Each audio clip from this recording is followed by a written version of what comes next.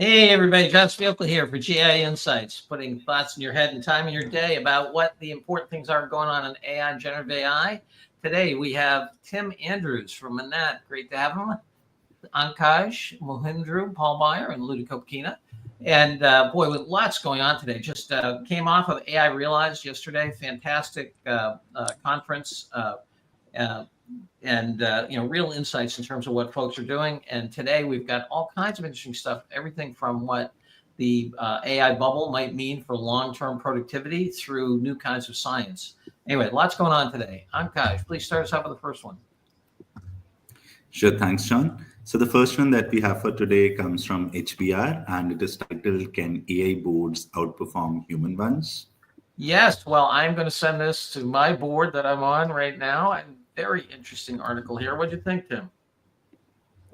Well, it's definitely an interesting article, and there are sort of a few ways of thinking about it, because I've dealt with many boards for both startups and large companies, and I've been on some boards, and I think part of it is pointing at some structural defects, as the structure of boards is basically a few humans who don't have a lot of time from the outside, combined with some insiders at the company who also don't have a lot of time.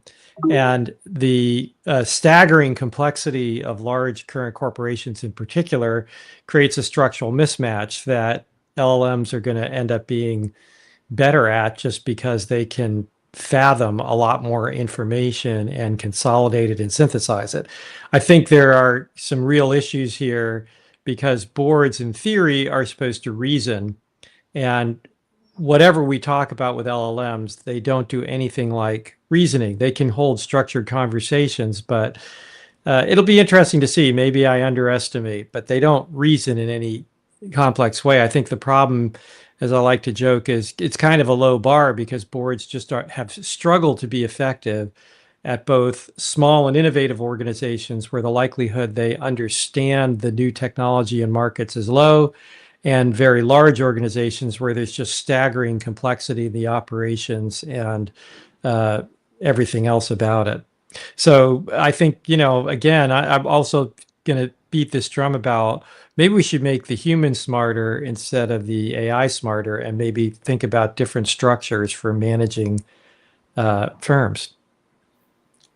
So I would rate this, honestly, I would rate this as important, just because it's going to get some attention. It's a little bit almost clickbaity to a certain extent.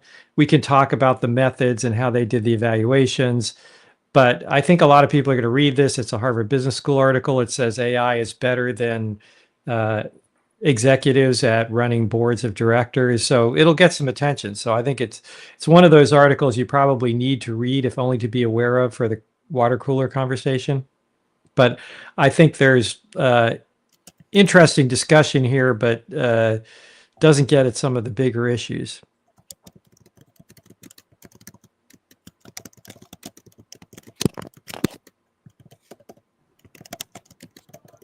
John, you're on mute. I was wondering why Luda wasn't reacting. Luda, what's your opinion on that? Oh, I see. I felt this is an essential article. It's not only for boards, it's for management in general. It just says, look, with bots, you can be much, much, much more effective in understanding the dynamics, understanding what's the decisions. So it is a awakening message to the boards that AI can outperform the humans in the board settings. Obviously, and that's what the article says, that the human-to-human relationships were really not very good with bots, and that's where humans excel.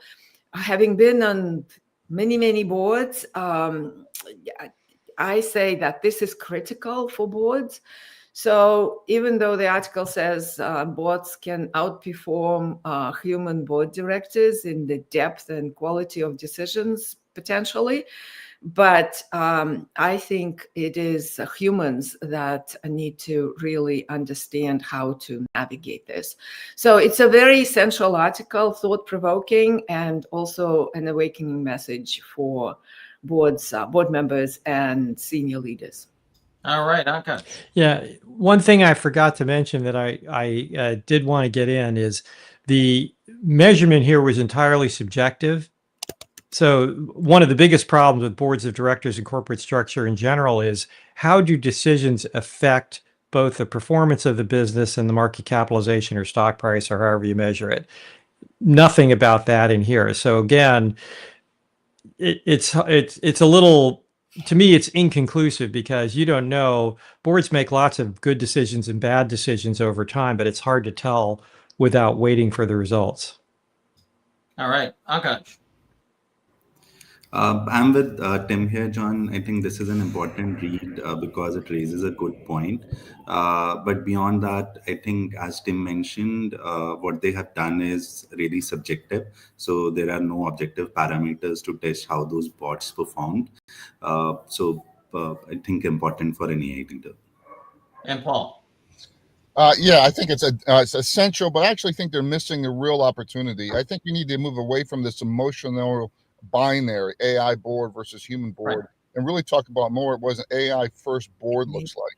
For people who've been through board meetings, you know what the top 2 or 3 questions are by board member. He's going to drill us on the risk. This guy's going to drill us on the marketing thing here. So I think using LLMs to look at all the transcripts of board meetings before, anticipate what the each board meeting questions ahead of time, get those answered ahead of time, is a really AI augmented board that will allow a much more productive meeting here. So I think that's where they need to go, and hopefully they will, or someone will. But this is essential articles because it starts a conversation for that. Right, Yeah. and that's what I meant, Paul. I am totally with you, and well said. That's what I meant by awakening call. It's like without the bot, you would not perform as well as with a bot. So you have to start using them. Yeah, Yeah, I think 100% agree. That's sort of what I was trying to say when I said, make the humans smarter, right? Yeah, I think that I completely agree with Paul. Is that they're missing the opportunity here to look at the hybrid board. I mean, that was what's nice about the P&G study that Karim and others at HBS did, where they actually had the hybrid, right? They had the human plus AI, they had the team plus AI versus not. That's the real juice here. I hear you, Tim, about not being able to correlate actions of boards to performance. That's a really complicated problem, and there are very few studies that can do that. And so I actually think this is what I like about this is that it's I think a pretty well done study. You do what you can in social science, which is you have a blind review of the outcomes and you judge it. And if Ankash, if you go down to the decision, the thing that looks at the 8 factors they looked at, I thought this was relatively rigorous. And so I think there's absolutely essential. Well done by the folks at INSEAD and the other guy. Huge issue. Governance and judgment. So essential it is. Go ahead. Well, that's a quick thing, John. I think the other thing they're missing is just as a marketing, we're seeing great value of having digital personas in marketing to test new concepts. Yep. You do the same thing for a board meeting. You have a digital performer for each board member. Exactly. I think the reactions are before you even do your presentation. So it's optimizing for the audience in a very straightforward way. You're not being devious here, but I think just wading into what hybrid boards mean, how you run them, how you do them, whole routine. There's a whole discovery process to be done. Hey, we're about 9 minutes in. We got a lot of material here this morning, so we got to pick up the pace a little. Okay. So as they say, if someone else has said it, don't re-say it. Okay, go. Next. Okay, the next one comes from TechCrunch, and it talks about Amazon sending legal threats to Perplexity over agentic browsing. All righty, I'm going to make the case here for essential. This is Amazon suing Perplexity. Perplexity, has got some record as being a bad actor. Amazon wanting to, hold on to its information and shopping interface, and in their terms of service. I think this is a really important issue. I think as agents go out, a lot of people who have market power are going to be threatened either because of information they have or access to the end customer, and what the robot's going to be allowed and not allowed to do in terms of providing recommendation, because whoever has that distillation is going to grab the advertising dollar, right? And so where that's all going to sort out, I would say, is at least important. I'd make the case for essential. What do you think here, Luda? Yeah, I agree with you. I think the article presents both sides of the argument very well. And so Perplexity is not hiding and saying we shouldn't have done this, right? They are saying we should have done this because we're acting on the consumer's instructions, and we're essentially a consumer, that the consumer could have done it directly, and we're doing it on its behalf. So it's an argument. Both sides are presented. So I think it's an essential read. All right, Tim. Yeah, I'm okay with that. I think it's, it's not going to affect day-to-day actions for most people, but some for sure, because you need to be aware of this in terms of how you're thinking about going to market if you're building an agentic system of any type. And it's clearly another battle in the trenches that we're going to see lots of, where people who own the whatever you want to call it, the gate to the castle, like Amazon does for most e-commerce right now, they're going to fight to control that. And whether, who's good, right, or wrong here will have to be settled. But it's important to know, because Amazon can potentially shut people out, and that's a huge issue for a lot of businesses. Yeah, absolutely. Paul, going toward essential? Yeah, no, definitely essential. I mean, it's laughable that mighty Amazon is even aware of Perplexity, much less even take. So this just shows you how real the browser wars are, how real that they're looking at the what Google could do with an agentic Chrome browser, and where OpenAI can do. So Amazon is real concerned about these agentic browsers here, as they should be. So this definitely needs to be essential. Oh gosh. Essential, John. I think someone like an Amazon might also be worried about the costs that it puts on its own platform, right? Agents, there can be millions and billions of agents at one time, and it might affect the user experience as well, right? So that might also be a consideration. Yeah, but I'm kind of where Paul is. As my kids once said to me, once complaining about something, you know what this is? The world's smallest violin. Smallest violin. For Amazon. Yeah. All right. But I think Amazon is legitimately concerned, because this is the way you created an alternative to Amazon. If you have an agentic system that can shop across multiple sites, and you can get enough scale to offer free shipping, you're suddenly a competitor. And Tim, I think in Walmart, they already did a deal with OpenAI and Atlas. They should be running over to Google to get a real exclusive deal inside the Google and leverage that as a because Amazon's anyway. It's the wars are on. This is one of many. Yeah, they are. The wars are on. Yes, absolutely. All right. Okay, thanks. Yes. So the next one comes from Anthropic, and it is a case study about how L'Oreal advances conversational analytics with Claude. Yes, we have a Claude case study here. What do you think, Luda? Yeah, I rated it as important. As a case study, it doesn't really tell you how this was done, but L'Oreal is a largest beauty company, right? And they have been working on educating folks internally, employees, on AI. They've done a lot of evaluations, selected Claude, and put it as an orchestrator of a number of specialized agents to enable employees to query directly the information that they have been storing about customer behavior, their preferences, and the like, that impacts their products dramatically. So the results are stunning, actually. They trained the system on accuracy and got 99+% accuracy in responses. This is quite significant, and it's spreading quite dramatically across employee base. So because it's L'Oreal and because it's well articulated, I put it as important.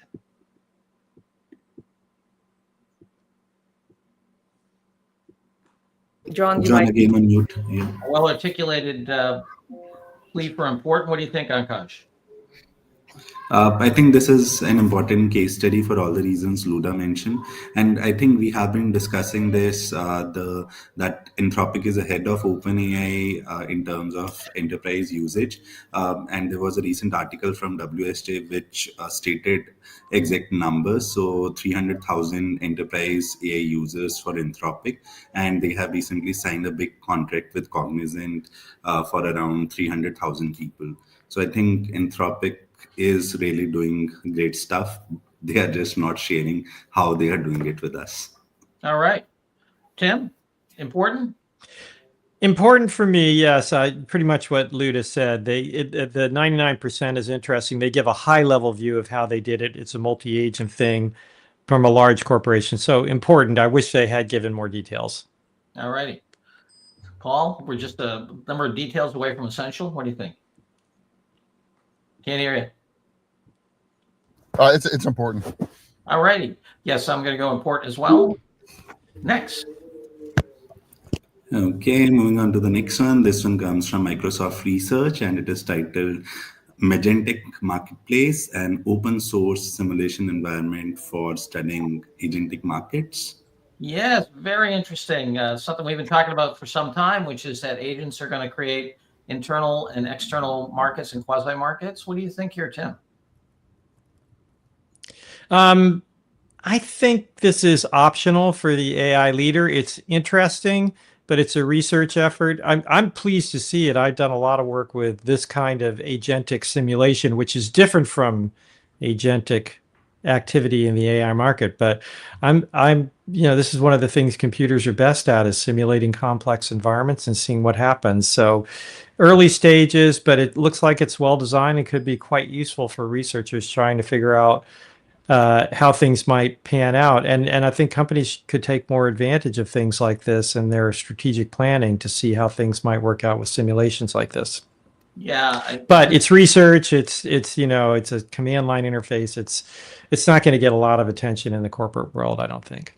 Yeah, it's interesting, like their findings about agents improving customer welfare, but only with good discovery. That takes us back to the perplexity case, right? Because right. Amazon is a monopsony, right? So when you've got monopsonies, information discovery, remember monopsonies are, one buyer, not one seller. Monopolies are one seller, monopsonies are one buyer.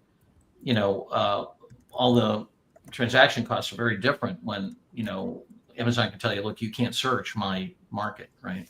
Anyway, but you have it as optional. What do you think, Luda? Optional here? Optional. I thought it was a little bit superficially set up. I'm not sure it would be that usable or useful from my perspective. So yeah, I was optional. Paul? Optional. Okay. Optional, John. Yeah, great. A super important topic, though. I think this whole thing, for those of you who, I don't know if they don't teach Williamsonian economics very much, or Coasian economics, but transaction cost economics, my prediction is they're going to come to the fore again, as they did when Tim and I were over at Diamond, where the internet was lowering transaction costs. So I think it's a very important area. Optional article. All right, next. Okay, the next one that we have for today is titled Cosmos, an AI scientist for autonomous discovery. Yeah, wow. Robot scientists or hybrid scientists. What do you think here, Ankush? Yeah. So, John, basically what they've done is they have introduced this Cosmos AI scientist, which is a combination of two specialist agents. There's a data analysis agent, which writes and runs code. And then is a literature search agent, which finds for related literature through various research papers. And what they claim is that they can do long horizon work with something called a structured word model, which acts as a shared memory and has a planning state as well. And in their example, they have agents running for 12 hours, and they do average of 42,000 lines of code and 1,500 papers per run. So what they have solved for is, I think, the context problem that LLMs have. So creating a shared memory, they are able to get all that context together and run research on that thing. and it's available at $200 per run. It's live on their platform. So I thought this is an important announcement, a great step towards building AI scientists. All right. So important here, building the AI scientists. What do you think, Tim? Yeah, I would give this an important as well. It's a long article and it is research, but it's pretty impressive what they did.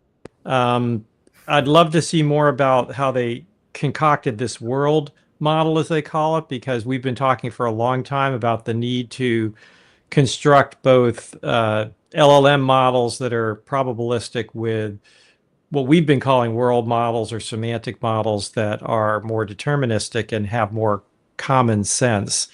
Um, but they don't really talk about that very much. But it's impressive that they were able to replicate findings, and that could be the first place this is a major advance, is if you can replicate findings, which is very hard to do these days and leads to lots of problems in scientific research. So if they can make even a tiny bit of progress on even just on replication, that's great. And if they can lead into discovery as well, we've been talking about that as another major area where these kind of things could impact current research and application. All right, Luda. You know, Ankash, if you scroll down a little bit, the contributors to this article were around the world with really like the list of the contributors. I think it's down, yeah, somewhere. Maybe click to the PDF and it's just MIT, Oxford. It's incredible. And the fact that they've achieved 7 novel inventions, 3 that from published and unpublished papers replicated, like Tim said, and 4 novel. I think this is a breakthrough, guys. And for science related businesses, that is many of them, this is essential to know. So I was tempted to put an essential, even though it's research, even though it's long, but it is a fascinating effort. Across the globe, researchers cooperated in this and came up with something that came up with 7 novel inventions across domains. I was blown away. So I think it's essential. Paul? Yeah, I'm on the optional side. I mean, I think the challenge, I mean, every time I go to the MIT Media Lab, I'm walking like, woo, that's cool. That's cool. I mean, there's so much amazing stuff going on in the research world. You know, these smart people are doing smart things all the time, and they amaze us everyday people. But I'm not sure what I would do with this as a. Paul, imagine this, right? You are a R&D guy, a leader in a large corporation, and you're not using it, right, for your R&D staff. You're going to fall behind. This is critical to know. Yeah.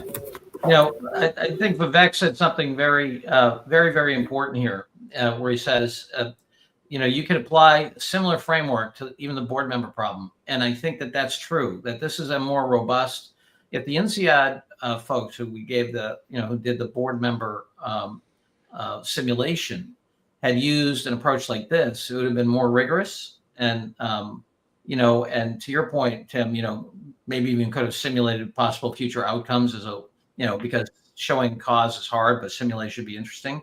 I don't know, Luda, I had this as important before, but you're convincing me of essential. And Paul, let me just say, if you think of fact finding and empirical analysis as the backdrop of most of management, right?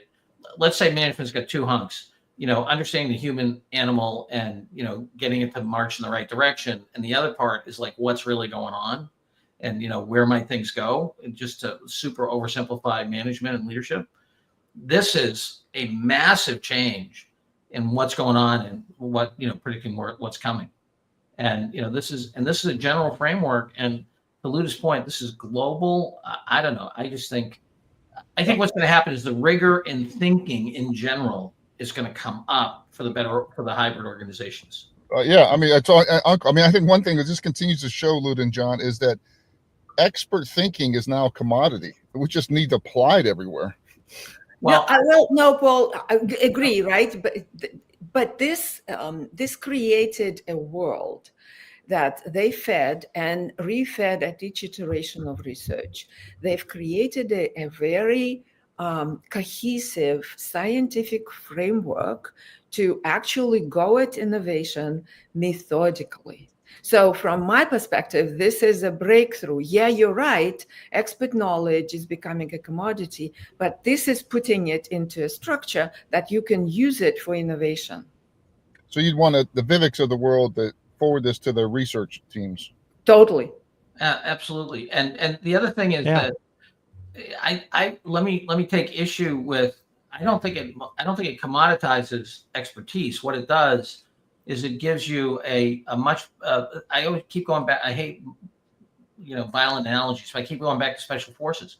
This is like, no, this is you're giving a better weapon to special forces. Yeah. And when you're cross-trained and understand how to use this thing, you can operate at a whole nother level, right? When a board, let's say a board understood this and was using it as a way to really review any of their decisions, and that's the difference between regular Army and whatever. And so it's not, you can't be as performant as a special forces team without good gear. But man, are you trained in how to use that good gear? So it's intelligence amplifier. Yes, and for the boards, John, having been on really deep science type of boards, right? Sometimes you sit there, you're not an expert, right? You sit there and say, why aren't they taking this and taking it to this particular potential breakthrough innovation? And you have no, you can say it, you have no way of actually impacting this, right? This gives you a way. You can push the company to actually use the tools like this to probe into specific innovation trajectories to create new products and differentiate, right? So this is, I think, important. Yeah. All righty. Okay, we're going to go essential on this one. All right. Okay. Next class. Okay, the last one comes from Stretchery, and it is titled "The Benefits of Bubbles." Yes, our bloviating friend from Strategery that a lot of people really like. Sorry, I meant bloviating in a good way. Luda, what do you think? I put it as optional. The article argues that we're in a bubble, that by some definitions that's true, and then compares this bubble with prior bubbles, inflection bubbles, all kinds of bubbles, and says, oh, right, if this bubble were to burst, it will leave for us, for the future of society, this and that benefit. Namely, if we were to solve the energy lack or the energy limitations, this would be a major advance and a major benefit of this bubble. So it's an interesting, thought-provoking read, but speculative, optional for me. Yes, for the historically ignorant, this is news. Tim? Yeah, this is. I agree. This is lots of words to say, John, which you've said a million times, which is bubbles and overinvestment are not a bad thing. They're essential because you have to explore the space. And if the space is unknown, by definition, you're going to make a lot of mistakes in the early days. And they go a little bit further in saying it's the leftovers from those mistakes that ultimately catalyze very large transformations. Sure. Okay, but that's by definition, almost that's what's got to happen. If it's a true inflection point and you see it in the rear view mirror, it's easy to construct that argument afterwards. Not so easy when you're the investor at the moment trying to figure out which way to go. So again, I would say optional. It's, if you're interested in, as you said, in the historical thing, and you want to learn about all the people who are writing about categorizations of bubbles, it's interesting, but not all that relevant day to day. All righty. Optional for Tim. Paul? Yeah, this is optional for people who don't have jobs and sit in coffee shops and talk about the definition of AGI, talk about, will AI kill us all? These are people who don't have real jobs and trying to get stuff done. And we really want to focus on AI leaders who have jobs and careers on the line and get stuff done. And this is a waste of time. So optional. Are you sitting in a coffee shop? I just want to point this out.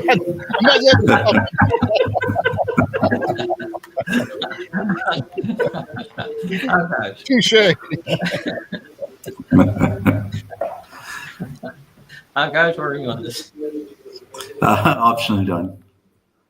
Yeah. For folks who I haven't read the book that he quotes heavily from, but I have read a book called Engines That Move Markets by a guy named Sandy Nairn, Alistair Nairn, who used to be. We had him present at an event I was running back when he was running a massive Scottish wealth fund for Scottish widows. Anyway, very good book, shows this. But let's make this one optional. Okay, that's the total. Announcements. I'm just going to say that I work half-time for Manat, and I work for GAI Insights and other people too. So not just Manat. Fair enough. Excellent. Any news from Manat lately? I know you guys are publishing quite widely. Well, yeah, we are doing a lot of work. We do a lot of work with Medicaid and state agencies, and needless to say, that's crazy right now. So you can, I mean, I don't want to go through our webinar. I don't want to go through our webinar list because we run them all the time, but we run a lot of interesting webinars. And one of them recently was on AI and how this impacts medical infrastructure and state agencies. So yeah, there's lots of interesting work going on there. And we also do a ton of work in entertainment space. And I think you're going to see many more fireworks with the release of Sora 2 and these other platforms. I think up until now, it's been simmering. I think it's going to explode over the next 6 months to a year. Yeah, I was talking to a friend at Google, and the reason Jan LeCun got demoted at Meta is basically Zuck took all of his folks and fired them. Now LeCun, who's running research, is reporting to a 23-year-old. The reason is because he predicted that it would be that the noising problem would mean that they couldn't do video, and then when Google went ahead and solved the problem, Zuck was really unhappy. Anyway, Paul, announcements? Yeah, today's Thursday, so that means a free ChatGPT training at noon Eastern, 9 Pacific. So join us there. We're getting a lot of great feedback on it. And we're also starting looking at how to actually start getting cohorts to learn more going forward here in smaller groups. Second, in our learning lab on Monday, I'll be leading a discussion on the AEO. Answer engine optimization that's getting a lot of attention. We've got peer groups and getting a lot of inbound questions from customers. All right, Akash, tote board, do you have it for us? All right, here we are. 3 essentials, two important. Two optionals and 1 important. Very good. See you all. Have a great AI day. See you tomorrow. Bye-bye now.